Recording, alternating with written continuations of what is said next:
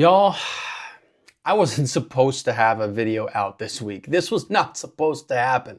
It is the middle of the night on a Friday, and I'm supposed to just be hanging out, watching pool, enjoying myself. And instead, I find myself making a video because this ref called a foul on Robbie Capito for soft breaking. Okay? Now, I'm not going to get into what a soft break is, what a soft break isn't, because really, for this format, it doesn't matter. It doesn't matter. It's up to the ref to decide. Okay? It is a judgment call based on someone's subjective point of view. Okay? It is upsetting because it definitely wasn't a soft break, but I think this is a good opportunity to maybe hash out some of the details of why this format can be so confusing to those who don't fully understand what's happening in the ref. The players know what's happening. The ref, I don't think did. So hopefully this can be beneficial to you. This is just me venting at this point, but whatever. So I'm gonna go over what's probably going through Robbie's head, what's probably going through Jayson's head, and what's going on in the ref's mind as well as he sees this break, and maybe what we can do about it, maybe some solutions, maybe not. It's a tough situation. So the reason they switched to this format of 9-ball, 9 on the spot, breaking from the break box, is because there were just too many packages put together, too much boring offensive pool when the 1 ball was racked on the spot. So we have this new break format and the players have found this cut break, and it looks something like this. They shoot the 1 ball into the side, they cut the 1 ball into the side, it's about a half ball hit. The cue ball goes to the side rail, underneath the 9, then back over the 9, off the side rail again, and out. That is what I think a good break looks like, okay? With the right speed, a firm speed. Not super power break speed, just a firm speed, right? Firm speed, which is what they're supposed to be doing, a forceful break. Now, there are some details here that you just gotta know. You just gotta know to be objective about what you're looking at in this break. If you cut the 1 ball too thick, the 1 ball goes high. If you cut the 1 ball too thin, the 1 ball goes low. If you don't put enough backspin, the 1 ball goes too high. If you put too much backspin, the 1 ball goes low. It's kind of hard to do that, but also depends on what your starting position is with the cue ball and where you're cutting the 1 ball. So, generally speaking, those are the ground rules for this break format. Now, what is also important is where the 2 ball is placed. The 2 ball can be racked on one of the corners, and that's it. The ref is supposed to randomly rack them, right, in one of those spots. Now, from the get-go, the issue that Jayson sees when Robbie breaks that first break, watch the speed of the 1 ball fluctuate based on whether he cuts it thick, whether he cuts it thin, and the actual speed of the cue ball, which, by the way, cue ball speed and cue speed are not the same thing. They are very much different. A 20 mile per hour cue speed could translate into a 16 mile per hour cue ball speed because they're not hitting in the center of the cue ball. They're adding spin to this break. So it's actually very difficult to understand whether or not it's a firm break because it's all relative to how they actually strike the cue ball, okay? So even if they had a radar gun, or even if they had a more accurate way to clock the speed of the cue ball, in this format, it's still a little tough to know how much effort, how much force from the forceful break went into the cue ball. It's just hard to know. So with that being said, let's take a look at this. Look at the 1 ball. The 1 ball speed, especially on this first break, is a little bit slower than the rest. And I'm sure that Jayson Shaw goes, that 1-ball speed is a little bit slow, and that 2-ball speed especially is not where I like it, okay? Jayson is looking at that 2-ball and expecting it to go 1, 2, 3 balls, 3 rails, and then maybe out. Something like that, right? Because if you hit this ball pretty firm, that's the tracking path, and maybe the 2-ball ends up somewhere around here, and you get a shot at it at maybe this pocket, or if the cue ball is high enough, this pocket, okay? Jayson doesn't see that. What Jayson sees is this, the 2-ball slowly creeping towards an open position on the table. And to him, it looks a little bit too controlled, right? A little bit too soft. So these are the next breaks. At some point here, the ref does warn Robbie, hey, break a little harder. So then Robbie does start to break a little harder, right? He cut the 1-ball a little thick there, so the 1-ball is going slow in that last one. Better break there. And then this last break, yeah, definitely a firm enough hit, right? Now, keep in mind, Robbie's really smart. He is also a really, really great player. I love how this guy plays. I'm a fan, Robbie. Also makes great content. Okay, Robbie's really smart. He understands that if the 2-ball is placed on the right side, his right side, our left, he should break from the right.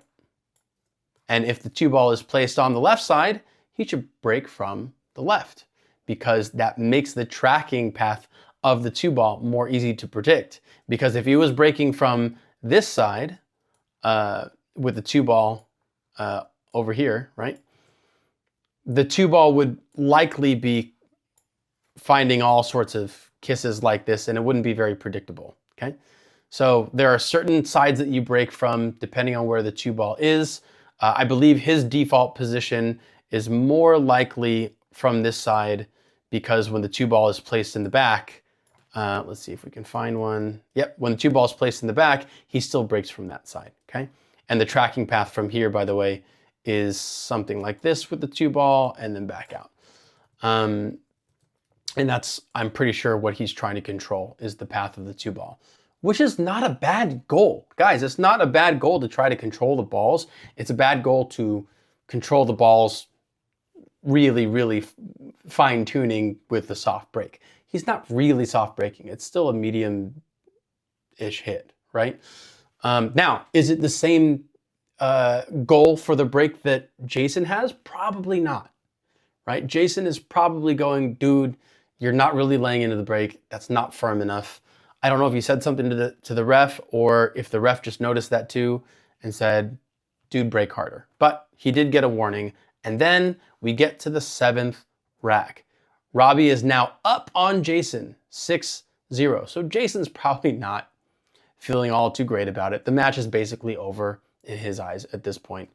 Really tough to claw back from here, okay? Now, take a look at this hit. The cue ball strikes the rail all the way down here, right? Cue ball goes down this way. Now, he still makes the 1-ball, but because he hit the 1-ball so thin, the cue ball is now tracking below the rack so low that it is bound to run into all of these balls that are down in this area, right? And anytime you get kisses like that on this kind of break, it's just gonna slow the rack down, and you're not gonna get a lot of travel with balls going up table. Now, this is important. This is very important, guys, because the refs seem to think that the more firm you strike this break, the better layout you're gonna get. And the ref takes one look at this layout and goes, oh, well, there's these couple balls up table that have made it up there, but everything else is still down table. Guys, this happens a lot in this format, and this ref, for some reason, thought that because of that, because those balls, because of the outcome of the hit, that it was a soft break. He didn't pay attention enough to the way the cue ball moved. The speed of the 1-ball even. Guys, take a look at the speed of the 1-ball. Boom. It flies into that side pocket. Now, when you hit the ball thin like that, there is going to be more speed on the one ball. So there's that. I will concede on that. But still, there's tons of kisses. The cue ball gets kissed 3 times, maybe 4 times, something like that. And it just keeps all those balls down table. It's not a soft break. It's just not. I'm sorry. Now, in Jayson's eyes, he goes, yeah, about time you called that, ref. I've been saying it's a soft break from the beginning.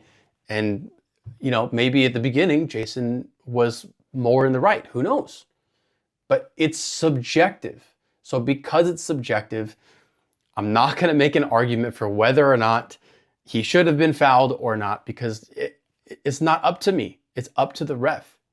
So we can be mad at the ref all we like. We can be mad at Jayson's preference for hitting the ball firmer, or Robbie's preference for wanting to control the rack a little bit more. Again, these are my opinions. That's what I see. It just doesn't matter. It doesn't matter, because at the end of the day, it's up to the ref. But the ref very clearly made the statement that, look, these balls not going up table means that you're not getting enough energy into the rack, so they're not spreading. This is I don't want to overstate, guys, but that's a really sad thing to see at the professional level of this game, is a misunderstanding between what the players understand about the break and what the ref understands about this break, right? And I believe even Jeremy Jones in the commentary was like, he just mishit the ball, right? Not miscue, mishit the ball, right? He hit it thin. So there should really be no issue here. And I think part of why Robbie gets really upset is that the ref grabs the cue ball and gives it to Jayson before even mentioning that it was going to be a foul, right? When he saw it, he just goes, oh, it's a foul, walks over, grabs the ball. Robbie doesn't really have much of a chance to say, whoa, whoa, whoa, whoa, whoa, hold on. You didn't say, was that a foul? Let me get another ref over here, or let's look at the footage, right? It's just, I love what the WNT is doing, but this is a tough format. It's just a really tough format to judge this kind of break. So what we should be doing is not really asking the question, how do you judge a firm break, right? I'm sure there are plenty of solutions. The solutions include, maybe tracking the balls. You got AI trackers now with these cameras. You could be measuring speed that way. You could just be using a radar gun. That's fine. That has always worked. Or you could find another way to measure cue speed. I think measuring cue speed is the most accurate way of showing speed on the break, because it shows physical effort. It doesn't show the speed of the cue ball, which again is variable depending on where you strike the cue ball, right? And different breaks, you're going to want to strike the cue ball in different places, right? And different players have different kinds of breaks that they go for. So it's not one of those, it's just not one of those elements of the break that's easy to understand. And we don't understand it enough as an audience to make a educated decision on what really happened. By the way, wouldn't it be awesome? Wouldn't it just be so awesome to have some kind of break meter up here, even if it didn't matter for legality reasons on what is a foul and what is not a foul, right? Imagine like a cue ball, like a tip placement meter, and maybe like a speed meter showing like how fast the ball was moving, stuff like that. We should be having on-screen graphics like that. That is a great opportunity to kill 2 birds with 1 stone, guys.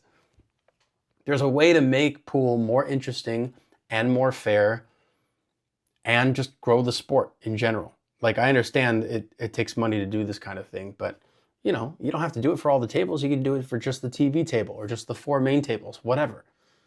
So you're probably going to get all kinds of opinions about who's at fault here. Don't worry about who's at fault here. Just know that The ref probably didn't see it the same way that the players saw it and didn't understand it the way that players understand this break.